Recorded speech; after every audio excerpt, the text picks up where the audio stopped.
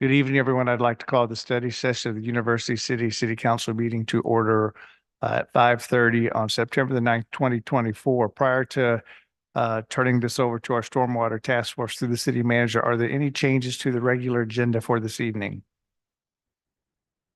Hearing none. Mr. Rose. Honorable Mayor and council members, this agenda item asks that you receive a update from the Stormwater Commission regarding their activities. Director Girdler, do you have anything to add to that? Or is it okay to turn it over to the chair? Okay, I'll turn it over to the chair then, Stormwater Commission. Todd, I think you are up now. If you can just go to the mic and introduce yourself so everybody can know who you are. And I would begin by saying to all of you who are here, thank you so much for all you are doing for our community on this commission. Thank you very much. From the days of a task force to the days of a commission. Thank you for the hard work you've put in. Mr. Thompson. Hi there. My name is Todd Thompson. Live at 7024 Pershing Avenue. I'm the chairman of the Committee on Stormwater Issues, and I've come prepared to for this work session with the City Council. I have some introductions to make. I've got several members of the commission members have attended. We have Gary Ehrenberg and Phil Easton and Mark Ollie and Susan Armstrong. And so we've been in existence since the days of the Stormwater Task Force, which was about 7 years ago. And that came about as a result of a need to address stormwater issues among the citizens of and people who live close to the River Des Peres. So also wanted to recognize one of our members who passed away, Eric Stein, who did a lot of work, good work for us. So anyway, more recently, in 2 years ago, July 22, we had a significant rain event, which tested the limits of River Des Peres and gave us opportunities to do a lot, to gain a lot of information and to kind of test some of our ideas and considerations and priorities for the efforts of the Stormwater Commission. So I have passed, hopefully, excuse me, I've got simple 2-sheet presentation, basically an outline and a table. And the table is the real meat of the presentation, and it's the meat of what the Stormwater Commission is up to, both completions and through recommendations. So all the bullet items on this first sheet will address those items, and we can go into detail on that as desired. Also, I hope that all of you have there's a later version, I think, that Ms. Reese passed out, and it has it is similar to the first draft that was submitted. It just fleshes out some of the major points. So wanted to talk about first some of the completions. As I said, that's based on the 2022 flood. We collected a lot of data, collected information from the neighborhoods, the people who were most affected, directly affected. We have done good work to create a CFD model of the model of the channel and the up all the way to the tunnel entrance, and also the branch that goes up that comes from the northeast part of the community. And using that to identify, to use that as a baseline for what we look at. And also to compare and contrast with what the models from the other agencies, including FEMA, Army Corps of Engineers. Everybody has their own model, and they're all very proud of their own models. And so what we've found is that a lot of, that the models don't always, they're not exactly the same. They're but it's all good data. We're a bunch of engineers, and so we can't get enough data. Out of that, we have provided or come up with a list of recommendations for periodic tunnel maintenance, which is primarily MSD's responsibility, although University City has responsibilities also. So coordinating those efforts. Another one of our completions is a flash flood warning system, which is it's fairly, and we consider it in its infancy. It's a project in work.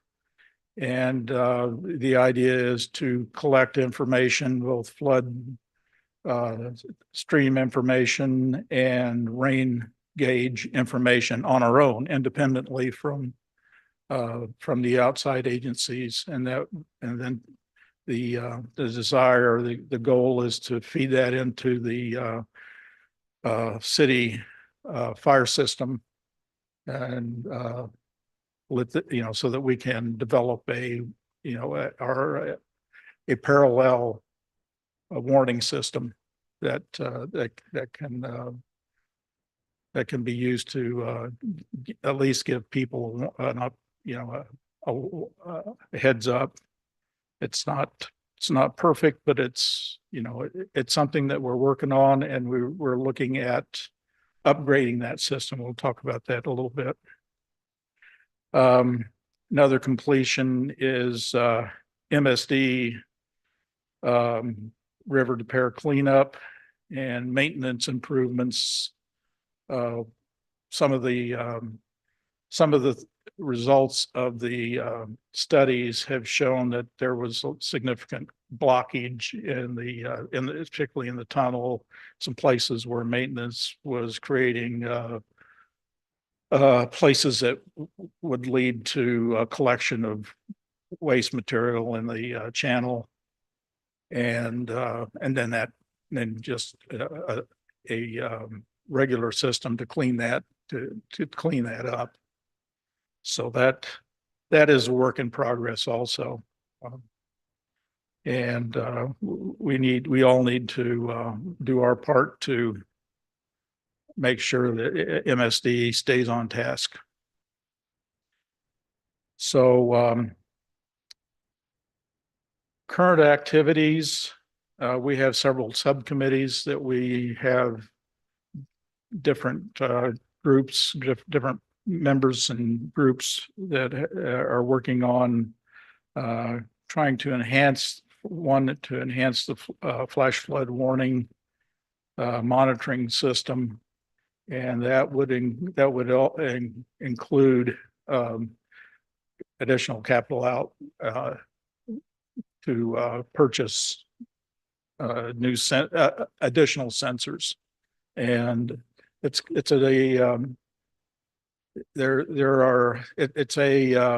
technology is changing, and it's getting there's a lot of entrepreneurs out there who are coming up with some interesting different ways rather than the old systems, which would be very bulky, very expensive, and would require tying into into some kind of a central collection distribution system, or it might be just something that you have to go download directly. And so we're looking at systems which include things that are tied into the internet based, but also have access to radio, so that you're not limited in case something goes down. We like redundancy and mitigation plans. Then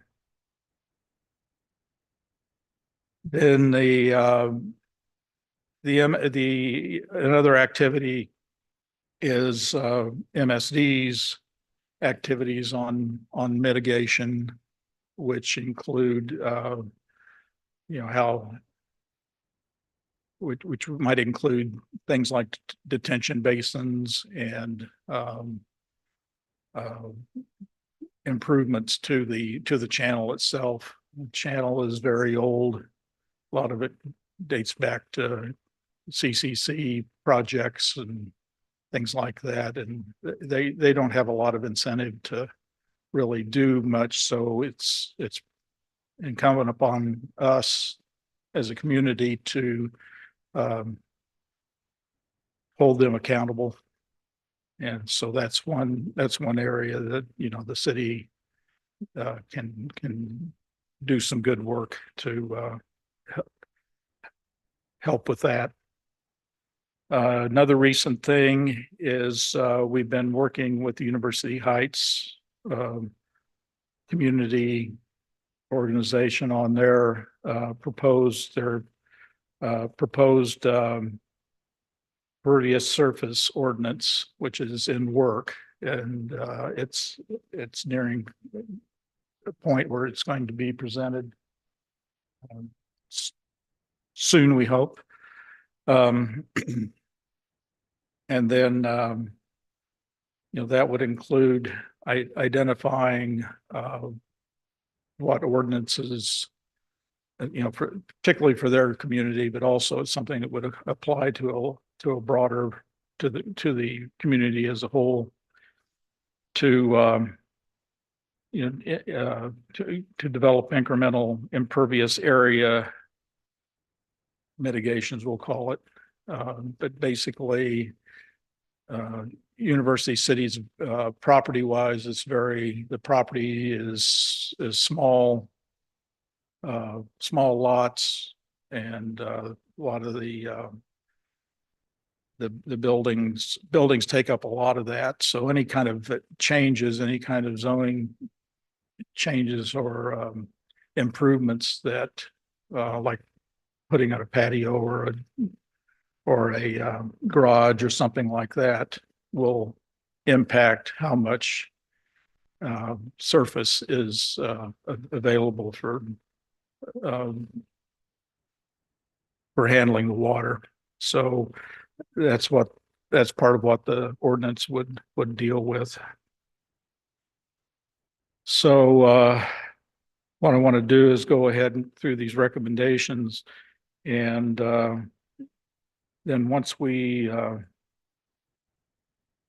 through that, I would kind of like to open it up and give the council or give fellow commission members an opportunity to elaborate on anything that the council would like us to talk about. So anyway, on our recommendations, I would refer to the table. And one of the things the table tries to do is acknowledge where we have had coordinated actions or activities with other organizations. There's a lot more than just us. and including the MSD and WashU and we don't list there, but Army Corps of Engineers on some of their studies, and then also with the University Heights community. So we want to make sure that we acknowledge those contributions and the coordinations with those organizations. So anyway, under our recommendations, we want to continue to monitor the blockage in River des Peres and to ask or coordinate with MSD for clean out whenever it's necessary. We need to reduce or eliminate. I don't know if that's possible, but would eliminate new impervious areas unless compensated by stormwater runoff mitigation features such as rain barrels, rain gardens, additional trees, which has led to the proposed code revisions, the ordinance led by the University Heights community. We also entertain other things like we were recently received a presentation from a group that is building something called a tiny forest. They're promoting tiny forests, and they have one down along the River des Peres down in the southern part of I think that's in the county. But the idea is it's another way of creating a small pocket that can help retain and ensure that you have some rainwater control.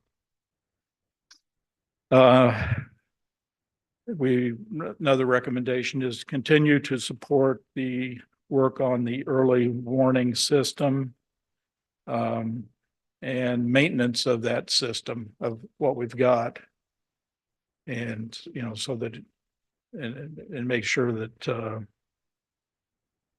that we can refine that as we have more data and more equipment become available. So it's, we're going to come back later, and we will be coming back later and asking for approval or approval to go buy some more things, either as a prototype or as as an implementation.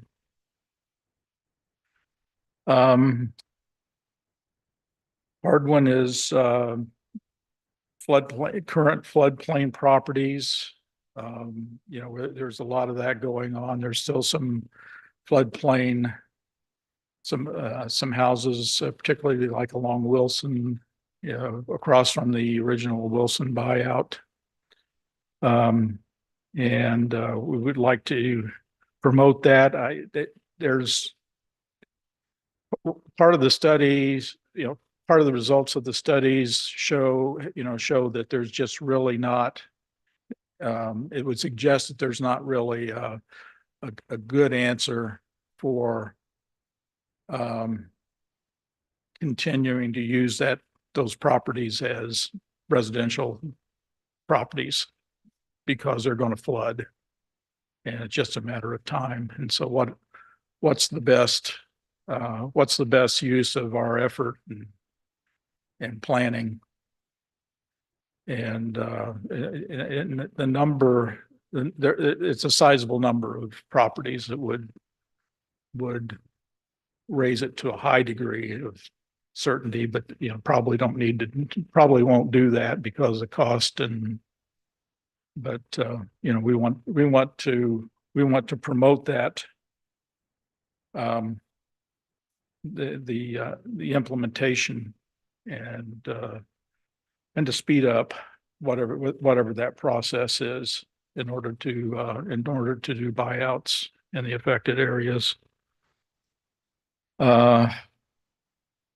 the note here is that the FEMA grants are good, but the city could also do buyouts without grants if city money were available as a suggestion. But the buyout areas, as I said, would likely exceed the FEMA grant availability. So that's a decision that we need to make as a community. What's the right thing to do?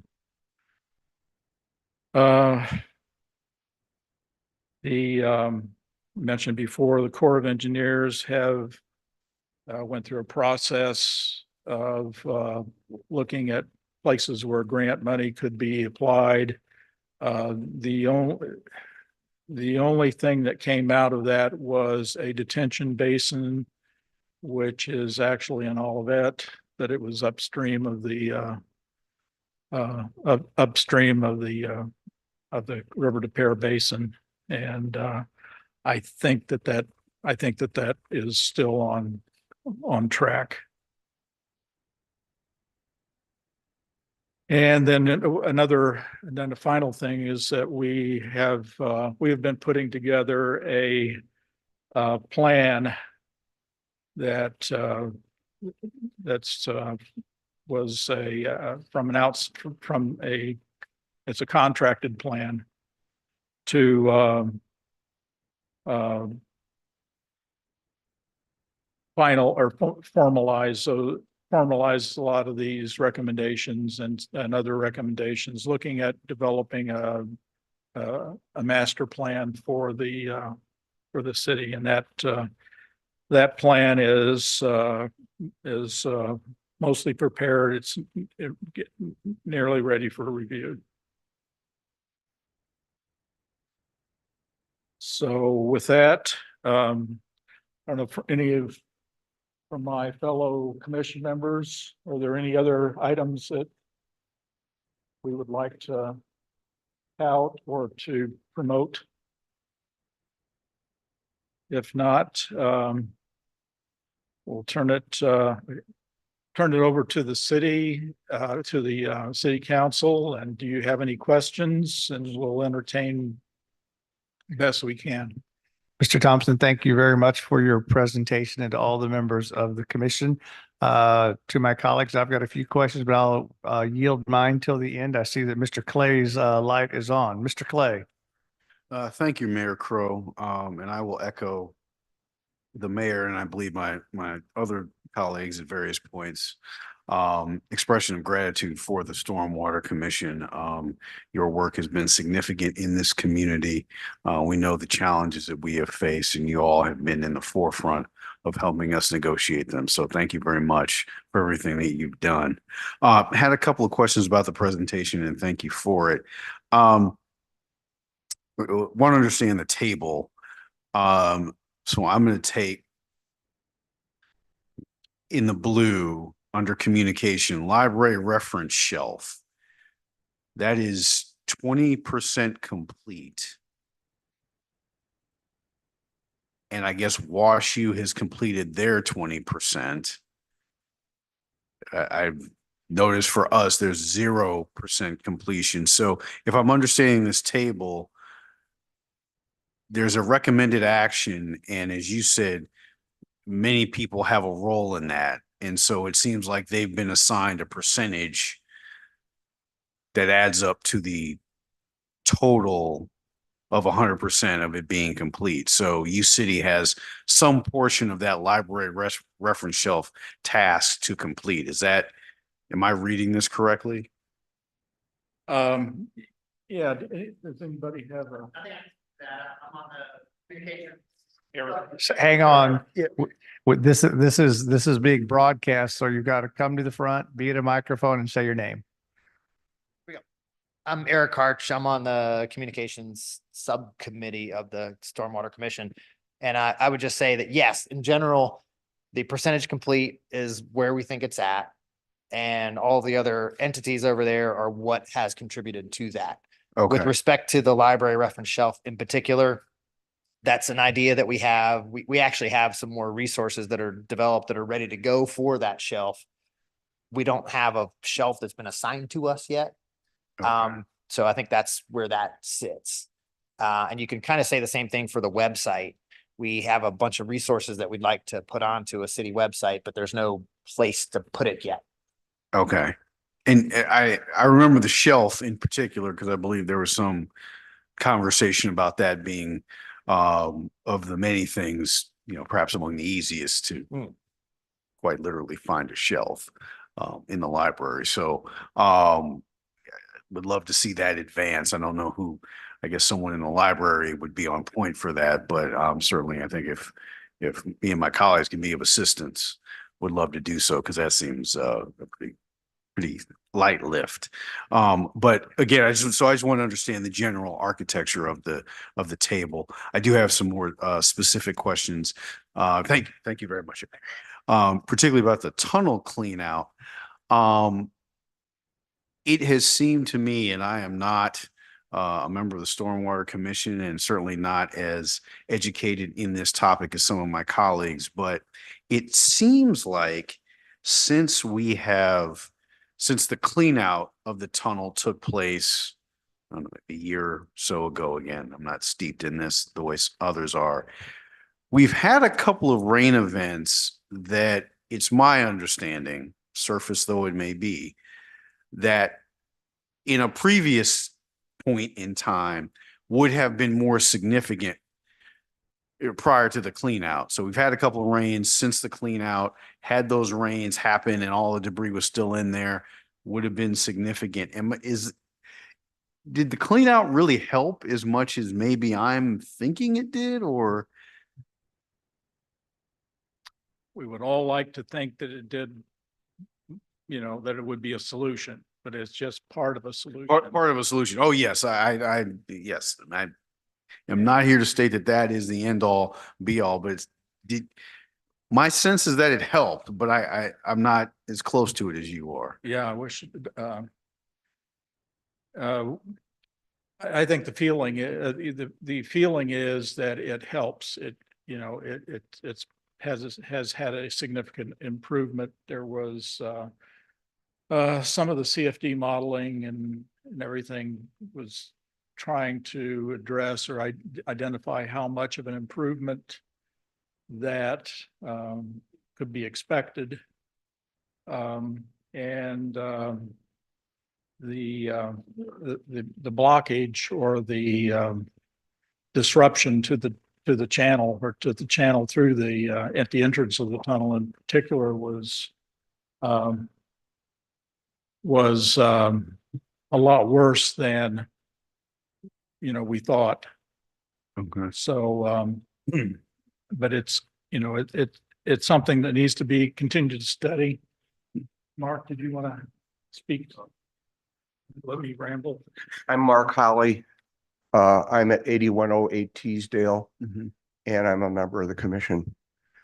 Part of our recommendation for improving the monitoring system is so we can actually monitor those things real time. Right now, to get the data similar to what we did in 2022, when after the July flood, you got to go bushwhacking down into the tunnel or down into the channel, Right. and actually collect the information with the scanner. And that's pretty kind of a maintenance nightmare. Those units are powered by batteries. They've been down there for a while. They're probably about due to expire. Mhm. So what we'd like to have is a way to monitor the channel remotely with like radar, so that you know what the level is, and you can put that out on the web real time and monitor it. And so what we'd like to do is to have those inundation maps that Dr. Kriz Mhm. had done, and have that for every significant event. Because if we don't monitor it, we'll get to the point where there's a bunch of debris down in the tunnel again, and we won't know it because we're not monitoring it. Right. So the idea is to keep a finger on that pulse so that we can go then lobby MSD to get back in the tunnels and maintain them properly. Right, right. So, yes, there was an event in July, I believe, where Mhm. we had about at the USGS gauge, it got up to about 13 feet. We start flooding at at 16 feet. And, we were getting similar rainfall to what would be an event that could trigger the warning system. And we did not show nearly that much, but Yeah. it's the tunnel. It's everything they did to clean out some of the debris in the channel. Right. And all of that stuff seemingly contributed to making that less impactful. So, Okay. And the final question I have related to this is, I know there has been a bit of a back and forth with MSD as to who is responsible for the channels and the tunnels and so on and so forth. Have we, and you may not be the one to answer, perhaps someone in the city, have we gotten to resolution on that? Do we know if U City plays a role, it is this definitely, and MSD's role is this definitely?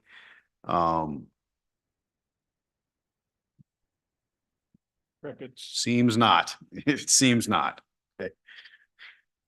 But yeah, you've got multiple agencies and multiple jurisdictions. Indeed. And if you're not required to step up, a lot of times they don't volunteer. And we have our opinion. But that's something that should be able to be worked out. Yeah. Either. So there's no documents, penned back in the day that kind of articulate I that. don't- It's kind of, I'm sorry. Uh, I think they would look at you, John. I don't, Put you on the spot, Jim. is that, Yeah, that's, Mr. Mullen, I would say, although we don't want you to render an opinion on this issue at this time, I think any general information that you are aware of regarding the role that MSD has would be appropriate for this forum. yes. So we've exchanged communications with MSD over the years regarding whose responsibility it is to maintain River to Pear. MSD has stated its position in writing. That information has been previously provided to the council. It's a public document, but essentially MSD has acknowledged responsibility for improvements it's made in River to Pear. And with respect to all other portions of River to Pear, its view is that it's a natural water course. And the responsibility is on the owners of the abutting property. okay. Thank you. Mr. Clay, no more? Then, Mr. Teeman. Honorable Mayor, my fellow council members, I want to take a few seconds, having been a member of this commission before I became a member of the council. And I just want to make sure that people understand two things, both in quantity and in quality. In quantity, the hundreds of hours it has taken folks to get this report together is to be commended. I mean, I know of very few other organizations that are doing this level of work.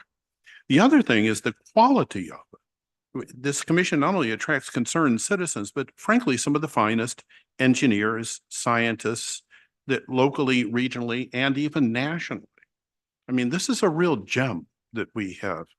But lastly, I just want to say a couple of things, people, to be remembered. One is Mr. Stein, that you've already referred to. And I also think that we shouldn't pass without remembering that this was the child of council member Paulette Carr, who used to sit in this very chair that I'm sitting in. And I don't want to let the moment go without remembering her, because this happened in large part because of her. Thank you. And I would follow up on that. so the task force, which was in 2017 timeframe, was mainly it was largely her brainchild. And one of the things that she really wanted out of that was education and communication. And she wanted to promote communication. And one thing that we talked about the library, creating that falls under that idea. But, we also, we have promoted kind of pre-COVID, we were promoting, developing a community interaction meetings and, on a regular basis. And that would be opportunity for people in the community to come together and express their desires, and also an opportunity to bring people outside experts in to help educate. And, I think that's something that as a legacy to Paulette, that would be something that, we would still like to do. We weren't able to get venues and stuff during COVID. So, that's probably something that we would like to, or that's definitely something that we would like to. Todd, if I could, in your remarks and on the data sheet, you have continued to support an early warning system maintenance and refinement. Do we have any idea, as we'll go through our budgeting process, numbers for this, either from you folks or from staff? I think we all recognize, sitting in this room, that the buyouts are a wonderful opportunity, but as you say, in many ways, cost prohibitive unless the entire community wanted to get behind it. But on the early warning system, both maintenance and refinement, that seems to be something that would be a much more doable number. But if I've had that number, I've missed it. But any ideas on this? Well, I see Mr. Girdler getting up, so he at least has.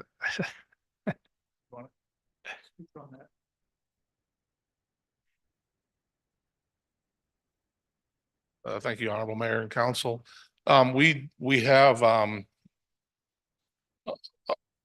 ordered a few new of the sensors. yeah, I'm sorry. There's a few new sensors, the radar and some cameras for the channel. Okay, and I get that part, but if it made it to this list, it's surely more than just a few sensors and a camera. Or is that not the case? I'm just trying to figure out if this is one of the things that we can do to help out. Is it more complicated? Is it more where do and I think the items we ordered were from Fondriest, and that's the items we already have in place. So they'll be able to connect immediately or very efficiently with the existing systems that we have that we use for through the fire department. Okay, got that. And I think there's a commissioner behind you who wants to Phil, you want to take your turn in the batting cage here? My name's Philip Easton. I'm the newest participant in the Stormwater Commission, and have jumped in on equipment. I've got background with it.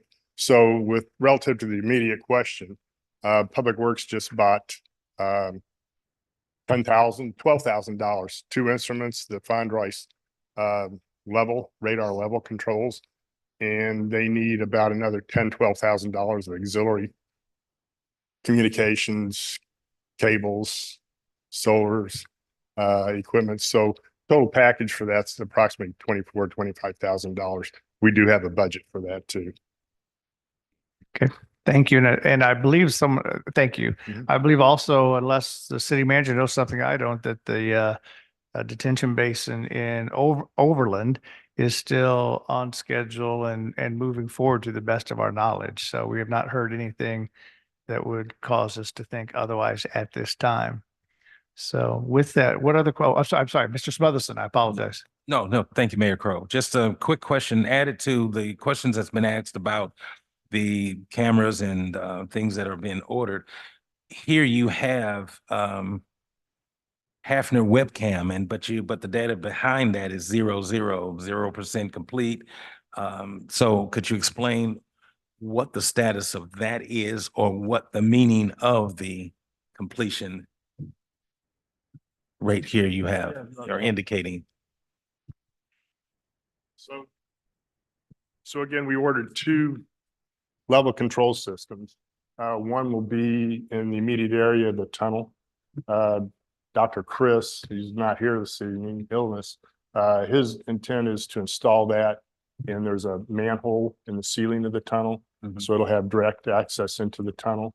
And then the other radar sensor would be installed over by the Hafner Court area. So those are the two systems. One will be at the immediate area of the tunnel and then farther back a mile or so. And that's where you gather both the south and one of the north branches of the River des Peres. So it's where the aggregated water meets right at that spot. So it's a good location, I think. How is that monitored if you could? Well, it's radar level Okay. control. So right now there's an in-stream Mhm. system that gathers information every 5 minutes. The radar is like a radar. It's sending down a signal into the stream, the surface of it, and as that's rising, it's giving you a signal of calibrated to what the river height is. And who's receiving the data from those? So that's in a web link that will be collected continuously on that. Mhm. And there's different ways you can do it with cells, you can do it with Wi-Fi's. There's this new Internet of Things out there. We're kind of going through all that. There's a lot of choices. Currently, that's manually gathered. So every few weeks, we have to go out and gather it. The only thing now that's truly automated is the rain gauges. That information is information the fire chief's getting. So ultimately, the fire chief will be able to get the information on the levels, the amount of water coming into the basin at the time and rainfall. And then we'll also have cameras on there. So it'll give us some graphic pictures of what's going on with the occurrence of the event. So. Okay, and I appreciate that. Thank you very much Sure. for that. But the last question I have is in reference to Hafner. Do we have a status or understanding of what's happening with the Hafner Court apartments? Mayor Pro Tem Smotherson, that Hafner Court Apartments was part of the buyout project that we are still working with SEMA and FEMA on. And so we have not received funding for Hafner, nor have we received funding for any of the homes that were identified. I'm looking at Dr. Wagner to confirm that that's still the status. Okay, he's confirming that. Any other questions for members of the Stormwater Commission? Hearing none, to all of you, thank you very much again for all the work you have done. Thank you very much. To my colleagues, I believe that we have a very brief executive session that can probably be done very quickly. You don't think I can? Oh, I'm not posted that way. Oh. Well, let's take a break then. We'll be back at 6:30 for the regular session. Thank you very much.